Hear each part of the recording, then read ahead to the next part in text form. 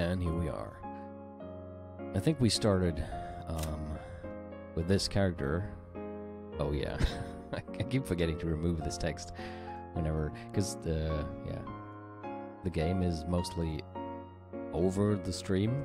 I mostly just see the chat, so I totally didn't notice. So we stopped here.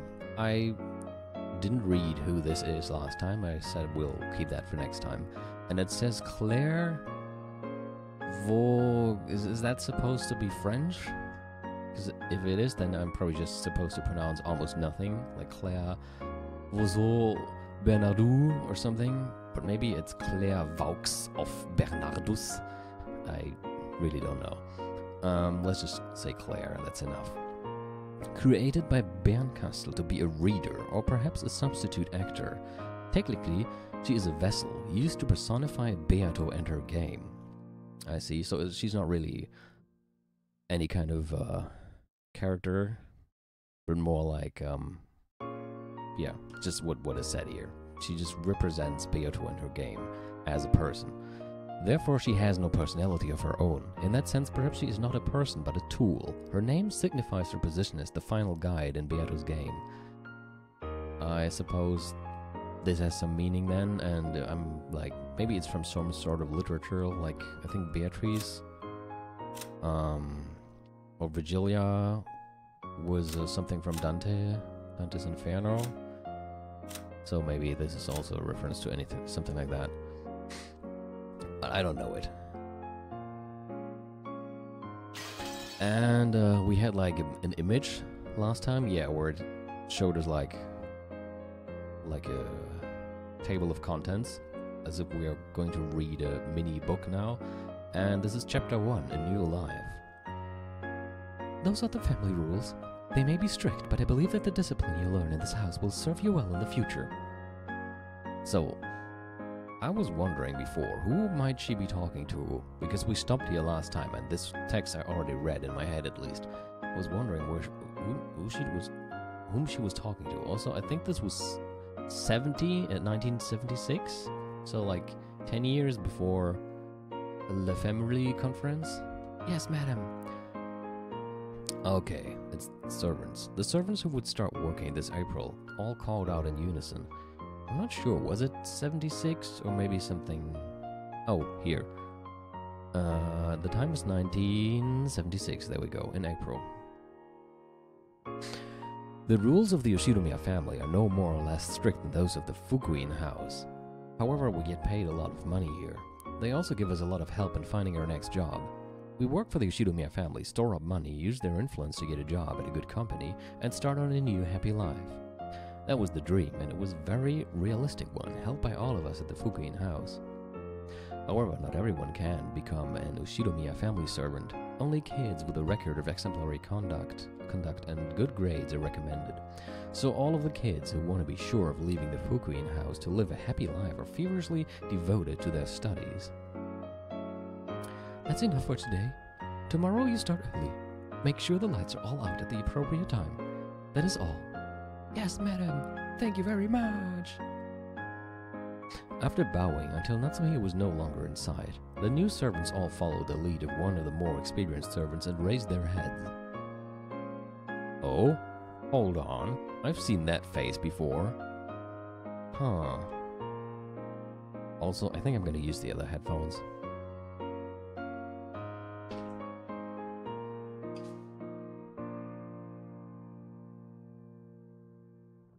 Such a long-ass cable. Okay, that's better. Okay, we're done for the day. Starting tomorrow, you'll be following your shift schedule. The madam is very strict about time. If any of you sleep in, it'll be my responsibility. So if you do, I'll kick you awake. Got it? Of course, this experienced servant was one of the older girls from the Fukuin house. She's been here for 2 years, apparently. That's probably why all the other new servants who are older than me seem to know her well. That madam looks so strict. Dang, I'm tired. By the way, who exactly is this kid? Why were you chosen to be a servant? The older servant pointed at me and asked the room at large, a dubious look on her face. Is it gonna be Leon, but in the reality where he did not get accepted? and then he later becomes Kanon and Shannon. It's no surprise really. Most of us become servants when we graduate middle school or high school, but I'm just starting elementary school. The others will be working as servants every day of the week according to their standard shift schedule. However, on weekdays, I was going to go to the elementary school on Niijima with Milady, only working on weekends and when I had free time. It was an exception among exceptions, something that had never happened before. It was clear at a glance that the others who had obtained their positions after a rigorous selection process didn't like the fact that I was here too. Both Madam and Genji-sama have told me that you are to put your studies first, but you're still getting paid. Doesn't make any sense. If you're going to talk behind someone's back, at least do it behind them. She didn't even try to hide her discontent. Is this kid really that smart? A child prodigy or something? I've never heard anything about that. Well, that kid supposedly gets sick easily and is kept isolated most of the time. A total outsider to the rest of us, even back at the house. Now that you're here, you're part of the collective responsibility system. If you screw up, it's the same as everyone from the Fukuin house screwing up. Make sure you don't, okay? I nodded weakly. I'd never been threatened by someone this much older than me, and I was very frightened. Oh, okay. There's Shannon, so much for that. Don't worry, I'll be there with you. Shouldn't she be, like, very young at this age? I'm confused. Because, wasn't Shannon, 18 in 1986? I'm not sure. Because then she'd be 8, and you don't look like that at 8. Okay? Shannon smiled at me as she spoke. Oh. Isn't Shannon scared too? This house looks pretty strict. Nah, there's nothing scary about it. You just thought it was scary, so it got scary. Then if I thought it was fun, would it get fun? Yeah, it would. So here too, let's give it our all with a smile. Shannon was my only friend in the Fukuin house. She was confident and popular, the complete opposite of me. I was embarrassingly dull-witted and no one wanted to be my friend. I would never have made it through those days in the Fukuin house had it not been for her encouragement. So I would probably make it through here too, with her by my side. Well, isn't it about time we got ready for bed? I've got work early tomorrow morning, but you have a different job. That's right, unlike everyone else, I have to go to school. When I spend the night on Okanjima, I have to get ready for school and wait for Milady at the dock. Milady looks like an energetic person. I hope you get along well. Do you think I will? I'm so scared of school, so nervous. I had grown used to life in the Fukuin house, so the more relaxed rules at school made life easy. But until I grew used to it, everything was new, and everything made me nervous.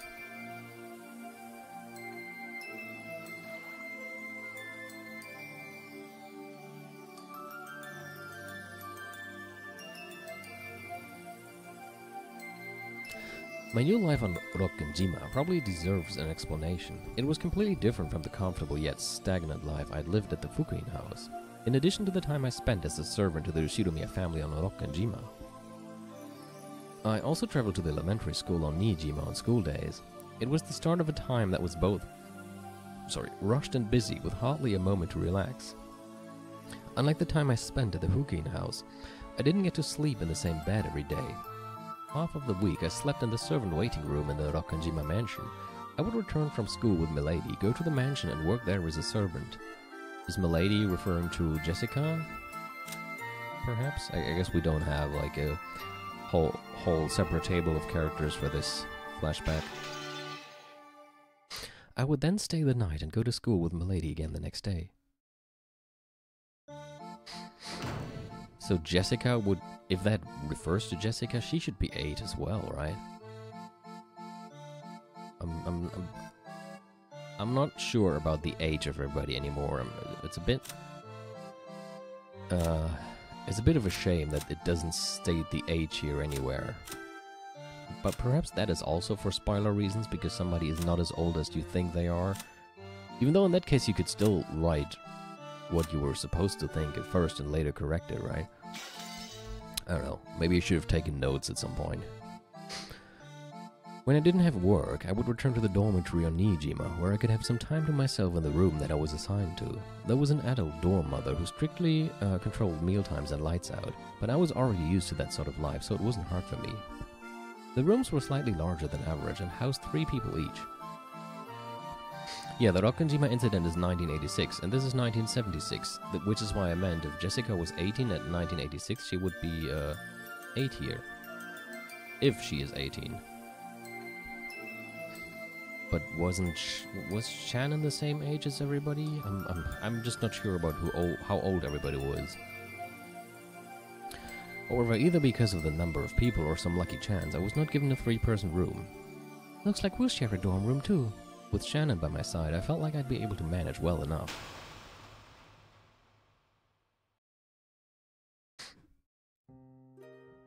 Correct. Every year, new servants came from the Fukuin house, replacing some of the old ones. It was something Father worked out with the house all on his own. The rest of us weren't allowed to meddle. And after all, our family would strictly discipline these children without families and support them on their path to adulthood, which I always viewed as the rich Ushinomiya family fulfilling its obligations to society. What sort of kids came to serve the Ushinomiya family?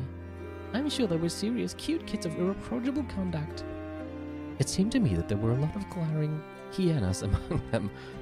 Let us say they had high ambitions. They were pitiable children without families. All were determined to use this rare opportunity to launch their careers so that they could take control of their lives. Did all of them have to balance school and servant work? That must be tough. You wouldn't be able to get much work done. Before the child, there were no cases of a servant going to school while they worked. To be honest, I was fairly surprised when that kid first came to greet me. So obviously young. The others were all around 16 or 18 years old, but that kid alone looked 10 years younger. That one extraordinarily young servant came to the family mainly for experience, so not much was expected of the child's ability as a servant. Indeed, you certainly couldn't rely on that kid as much as you could an adult, seasoned servant. To think that we could, good lord, would accept a child who hadn't even started school, no knowledge of housework, no practical experience, and not even finished with mandatory education. I don't know what Father was thinking, but I always thought there was something clearly odd about it. I spoke to Father about it. I asked if it might be better to wait for the servant to graduate middle school before starting here. And what did Kinzo say? Come on, we all know what he said. Ooh! Beatrice! By that time, he was already a complete shut-in inside his study, obsessed with the occult. I was actually going to make the old Beatrice joke, but apparently they were serious. If you tried to talk to him when he didn't want you to, he'd yell and tell you to stop interrupting the journey of his mind. And Father's decisions are absolute. However, the case of this particular child just didn't make sense. I even asked the Fukuin house about it. They said to ask Genji-san. I then asked Genji-san, and he said to ask the master.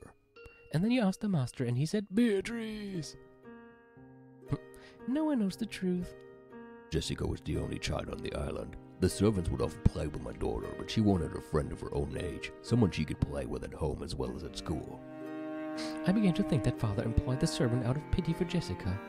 But if that were the case, why wouldn't he talk to us about it beforehand? We should be the ones to decide which friends are suitable for our daughter. Scary. Natsuki must have really hated taking her kid out in public.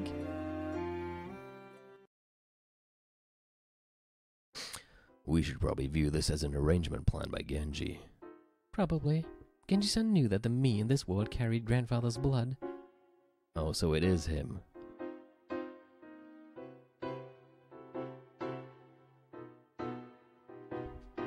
So he probably arranged for that me to be summoned to Rokkanjima. Are you feeling okay now? It was a really big shock, that's all. I just feel a bit dizzy now. In this world, you're the successor, but if we move to a different world, you're a servant, or maybe a witch. You do have a troubled fate. No kidding. I don't regret learning about it, but if I could forget it now, I would. Isn't it interesting? Even though you're a servant, you're actually an illegitimate child of the head. Isn't that romantic, like some fairy tale? Romantic? Considering how Mom must have felt, I'm not sure what to think. True. In Natsuhi's eyes, the Leon of this world is nothing more than the baby she hated and was forced to raise, and in this world, she rejected that child. Natsuhi must adore her natural child Jessica a bunch more. A baby that doesn't share your blood is nothing more than a dirty, lukewarm sack of filth. Have some decency. Next time I'll be the one pinching your butt. Thank you, Will. I think I understand, more or less. And that's exactly why I need to be grateful to my mother. She's raised me fairly all these years. Though where the probability is so low, it'd take a miracle to happen. Animals are always brutal towards children that don't carry their blood. Lions do that too, don't they? We can probably sketch out Genji's line of thinking. The lion of this world, Or Leon of this world, help me, Leon, is a true blood-related member of the Ushidomiya family. He must have warned her to let that child live on Love Kanjima somehow. However, it wasn't as though he could have just suddenly show up with Leon and tell everyone who this was. Yeah, maybe he wanted me to live on the island until I was used to it, and then reveal everything when the chance represented itself. However, the Leon of this world was not given special treatment. The silver ring doesn't actually exist. I wonder if that means grandfather never heard about me. That might mean that Genji never found a good opportunity to reveal the truth. Guess so. Genji must have wanted to tell the truth one day, to tell that the orphan of Kinzo's beloved Beatrice was still alive. However, that was not an easy thing to say. Why wasn't it easy? Dummy, what would happen if Natsuhi found out? Oh right, if Leon suddenly appeared, Jessica wouldn't be the successor anymore. Strictly speaking, Jessica wasn't the successor, but since she'd be able to select the future successor, it all came to the same thing. Yeah, because her husband would be the successor. The more one learns, the less simple this tale becomes. There were some who celebrated my birth, and some who did not. Genji could only wait in silence for the proper day to reveal it all. Was it a tale hidden only within Genji's heart? Leon and Kinzo and Natsuhi and Klaus and Jessica and everyone else, none of them knew this tale. Thus the curtain slowly rises on this curious tale in the year 1976. Oh, I am one yet many. Why must fate abandon us and continue on its merry way? People only found the young servant strange for the first month. Natsuhi and Klaus's protests came to naught. After all, there was no actual harm in it. So why not indulge Kinzo's whim? Eventually everyone grew accustomed and began to accept this slightly abnormal everyday life. However, it was not so for the other Fukuin servants, who were always close by and who believed that everyone should be treated equally. The small bits of discontent over my special treatment began to accumulate as time went on. Also, I think Aiden played around with a mixing thing again, so I'm not sure if the microphone and sound and everything is still fine. Just let me know if anything is not loud enough or too loud.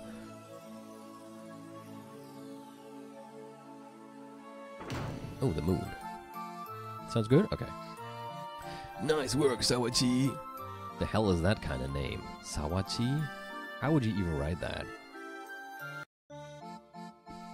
Oh, with katakana. Thanks. How do you go today? Madam was really pissed off. She was like running her finger across the windowsills. Better than usual. Okay. Yeah, and getting on Tadachi's case for cleaning slow. Come on, give us a break. I guess these are maybe nicknames or something? All of the kids in the Fukuin house are supposed to treat each other as family. Because of this, everyone hides their original names. Ah, yeah. And uses their new blessed names. Maybe because the on character is in the word Fukuin. That character is almost always combined with at least one character from the child's original name to make their new name. Still, just giving a person a new name doesn't mean they'll accept it so easily. Boys and girls who have lived in isolation and through various trials sometimes feel as though their real first and last names are a bond that's worth holding on to. So most of the Fukuin children hate their on names, calling each other by nicknames based on their original names. I see. Of course, that's only done privately. When in the presence of the house director or other important people, only the blessed names are used. On the job, the blessed names are used, and of the job, informal nicknames are used. Everyone's very used to living with two names like this, so they're all comfortable with how the system works. Whoa, you stink. Go take a shower. Dang, why it's so cramped in here? Oh, there's a dog barking outside. I was wondering for a second what I hear. Can't they get a bigger dorm if they have that huge mansion? Hey, Garashi-san, why is Yasu the only one who isn't in a 3-person room? By Yasu, they probably mean me. I can't remember my parents at all, since they were gone as far back as my memory goes, but I was given the last name Yasuda. Aw. It's kind of a... You could read that as cheap rice field. And apparently my nickname comes from that. How should I know? Genji-sama's the one who decides the rooms. I don't like it either. Yeah, seriously, wouldn't it normally go 2 and 2? I mean, who exactly is Yasu anyway? It looks like that kid's job is going to school with Milady or something. So what is being a school friend a profession now? Doesn't make any sense. Of course, on days when I am given work, I return to the mansion right after school and work alongside all the others. I help out with caring for the garden and cleaning up the mansion. I can't do any jobs on my own, so I'm always just helping out. And maybe because I'm young, the adult servants are always kind to me. My fellow Hukuin servants don't seem to be too happy about that, though. Don't you think Kumasawa-san's obviously soft on Yasu? Interesting. So, I guess the whole stakes of purgatory, he or she got them from the Fukuin house kids. Those. It's like she's mistaken Yasu for her own grandchild or something. Well. And why on earth does that kid get paid the same as the rest of us? I don't get it. I realize that you have school to worry about, but don't forget that you're a servant too, okay? I forgot who is who, but like, if one of them was particularly envious of him or her, that could explain why they turned into the stake of envy and so on. You need to stop being a helper and learn to do work by yourself like the rest of us. We aren't going to let you take it easy forever, okay? I have been trying my best. However, I'm not very strong yet, so I can't carry heavy things. I can't carry a lot of things either. I can't fold clothes right, and I'm not good at using a dustpan. I just can't do it as well as everyone else. I mean, you're still very young, so... As my face turned red, I spotted Shannon, who was watching from the sidelines and not joining in. Shannon is my only ally. Unlike me, she can do everything well. However, she'll never pamper me. She'll show me how things are done, but she'll never steal my jobs from me. I am beginning to wonder if Kanon is actually... But no, what was Kanon's real name? He mentioned his real name, didn't he? She really is incredible. I really want to be like Shannon as soon as I can. She never talks behind people's backs, and no one talks behind her back. She's kind and gets along with everyone. I want to be like her, and she's always kindly watching over my efforts to become like her.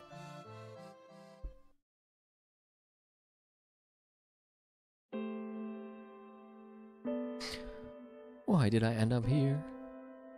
I don't know. Though I'd just been muttering to the ceiling, Shannon gave me an honest answer. I guess there's no way to say it except that it's part of God's plan. Is this another test from God? Is the Fukuin house super hardcore Christianity stuff? Yep. Think of it as a test to help you grow into a wonderful human being. After all, you're a special, chosen person. Am I special? Of course you are. After all, everyone else here is huge, but you are the only one special enough to be chosen young. Why am I the only one who's little? I can't do any jobs by myself. Everyone complains that I'm just there to play with Milady, and yet Madame made it clear that I am not to think of Milady as a friend or speak to her in a casual manner. It couldn't really be Kanon either, right? Because when Kanon got introduced to Jessica, that was much later. You may be 10 years younger than everyone else, but that means if you keep it up until you're the same age as the others, you'll be much more experienced than the new people who come later. Even Genji-sama will acknowledge your talents, and you'll become a leader who can teach the new kids who come from the Fukuin house. Or maybe this will become the new Shannon, and the Shannon we see right here is not the one we see later. The body snatcher. Oh, I don't know. And then I'm sure that everyone will respect you. By that time, even Madame, the Master, and Klaus-sama will acknowledge your skills. That's your future. You mean like the ugly duckling becoming a swan? That might be it. After all, it was very unusual for you to be chosen as an Ushiromiya family servant. In fact, that rumor might be true, and you might be the secret child of someone in the Ushiromiya family. Shannon laughed, saying, wouldn't that be cool, and then you'd be super rich too. But that didn't seem quite right to me. After all, if that was the case, why have I had to live all alone here in the Fukuin house? Shannon and people like the house director are the only ones who will play with me. I don't have any other friends to play with, and I've spent all my time by myself in my isolated room. Maybe it's because I'm frail and always sleep a lot, but it has been lonely.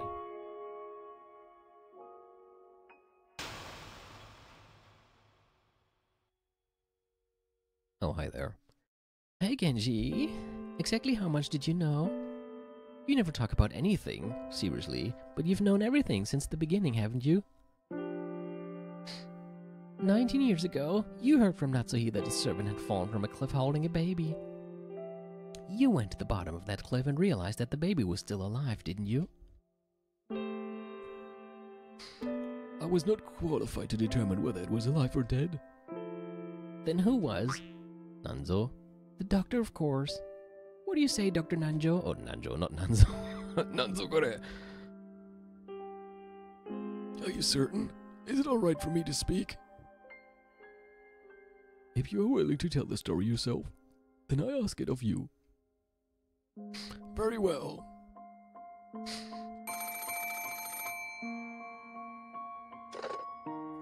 I was contacted by... Okay, I'm gonna read this in my normal voice. I was contacted by Genji-san immediately after the accident and asked to conduct an examination in secrecy. In secrecy? Why? Both the Beatrice of Kuwadorian and her child were unregistered people who weren't supposed to exist. It will lead to various problems if it went public. I had started the procedures to have the baby registered, but they were not complete at that time. It was a very unfortunate time for the baby to die. So the servant who fell was treated as having died alone in an accident. Not so he wouldn't talk to anyone. It would have been easy to set up. But that baby was alive, wasn't it? Correct. Of course, the child was gravely injured. It was a miracle that it survived that wound. I guess that would explain why it has been so frail afterwards, maybe. If the angle had been slightly different, or if Genji-san had been any slower in carrying the baby to me, that baby only managed to survive thanks to a series of miracles. In fact, it really helped that he threw it like a rugby ball to me at the end. I had given up. I didn't believe the baby could have survived that. I forgot how I did Genji's voice, actually. It's been so long, damn it. But it did. So, like, if I... No, don't do the touchdown, though. If I do some voices wrong today, just excuse me. It's been a while. How strong and resilient is life? No, this is fate. Fate! So the baby was fated to live on and eventually accomplish something great. Yes, I did think it was fate. I thought the blood of the Kuwadorian Beatrice-sama whose life ended on Rokkenjima must have imparted something unto this child to make it survive. However, Genji did not tell his master, Kinzo, that the child had survived. He simply said that it had fallen to its death in an unfortunate accident. Kinzo mourned, but his mourning was more one of madness than of sorrow. You know, in that case, wouldn't it have been better to tell him? Oh, Beatrice, why have you run away from me once more? Why, even though I swore I'd never make the same mistake again, why? See, I think I mentioned this before. Like, I already had the thought that the baby was who we now learn it was, and I had that thought because of his weird reaction to the baby falling off the cliff.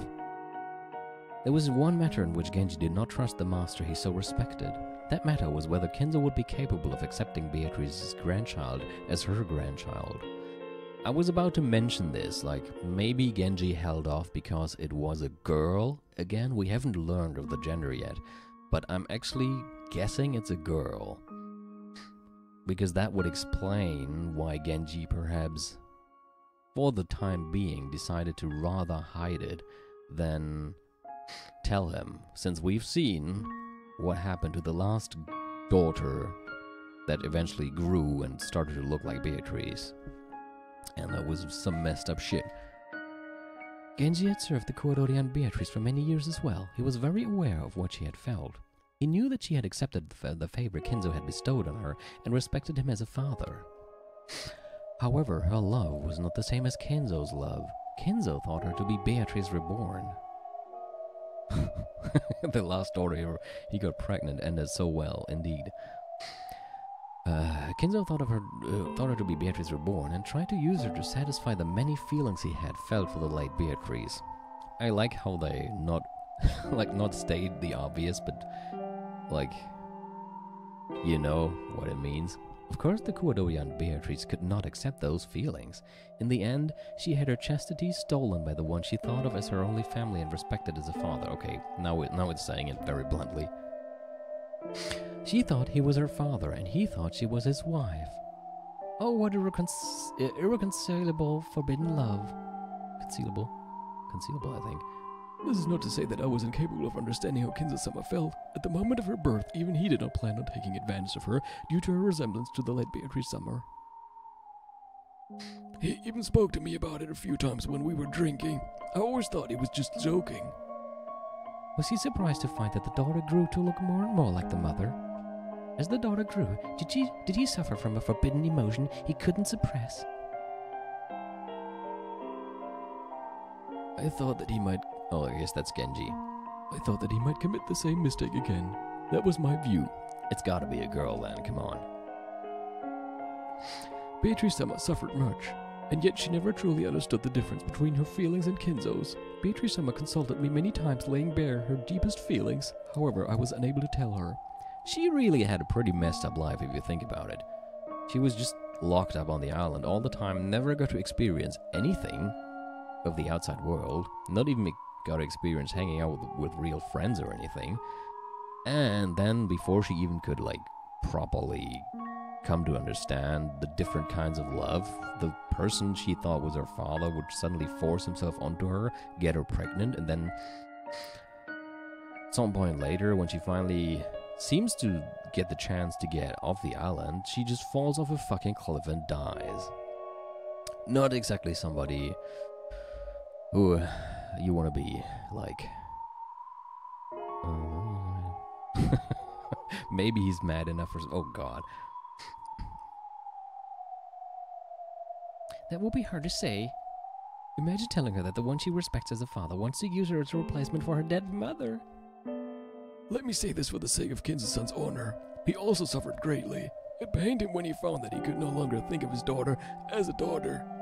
I told him to love her as a father. I think Kinzo-san followed his logic and his conscience and fought for quite some time. Kinzo loved her. He poured his affection onto the daughter that Beatrice had left behind. He did so as a father, and yet if so, why did he give the daughter the same name as the mother? Yes, Kinzo's sin started from the moment she received life. She was born and Beatrice died. He passed the name down from mother to daughter. From the moment of her birth, Kinzo had already decided that she was Beatrice reborn.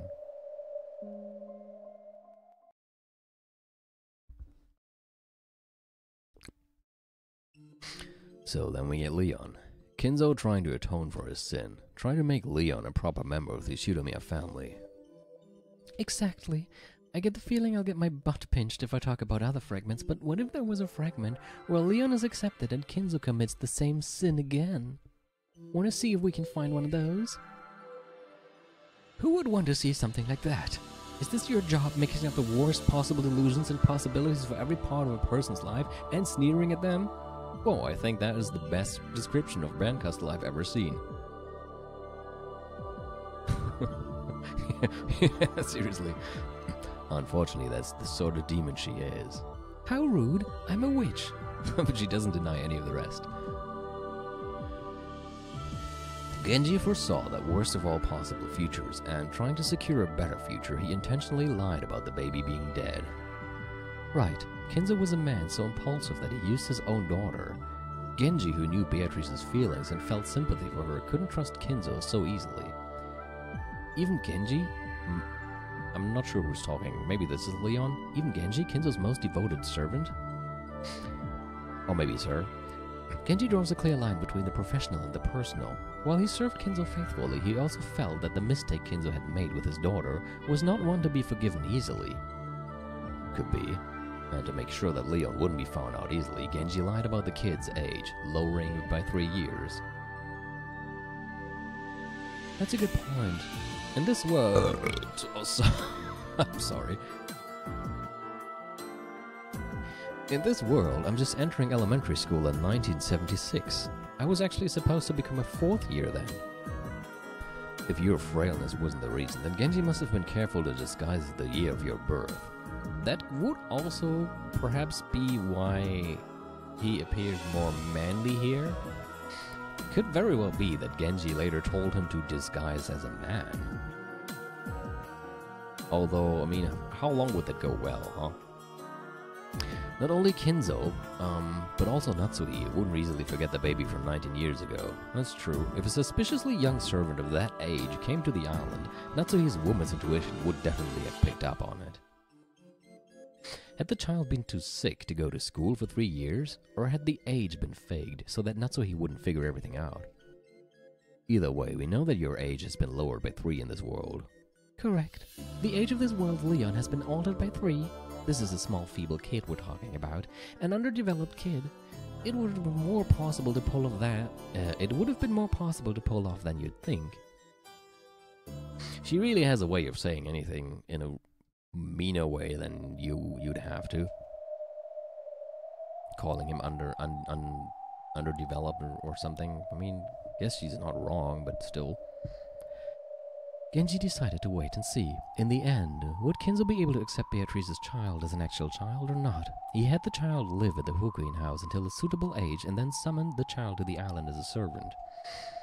Okay, I guess, this makes more sense now. At the beginning I was wondering why the hell the baby would go there, but with the whole Genji reasoning behind it, that does make sense. Both father and child had no clue who the fuck the other one was. Genji had an idea. If Kinzo truly felt affection as a parent, he would notice traces of that deceased mother and daughter in this child. That way they would surely regain their parent-child relationship without anyone having to expose the truth to them. That's what he thought. It could also... I don't know, it could also turn a horrible other direction though. Like, if the child once again looks like Beatrice at some point, Kinzo would be like, good, this time it's not my daughter, because he doesn't know. And, yeah. That's what he thought, or perhaps the time might come naturally. When that happened, he could tell the truth to both father and child. But I guess that's what Genji would keep a close eye on it, so if, like, Kinzo started getting the wrong kind of affection, he could still step in.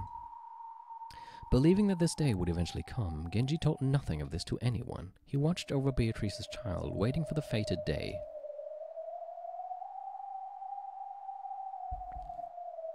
Yeah, that's true. Very true. And time continued to pass. Days slid by as he quietly watched over Beatrice's child.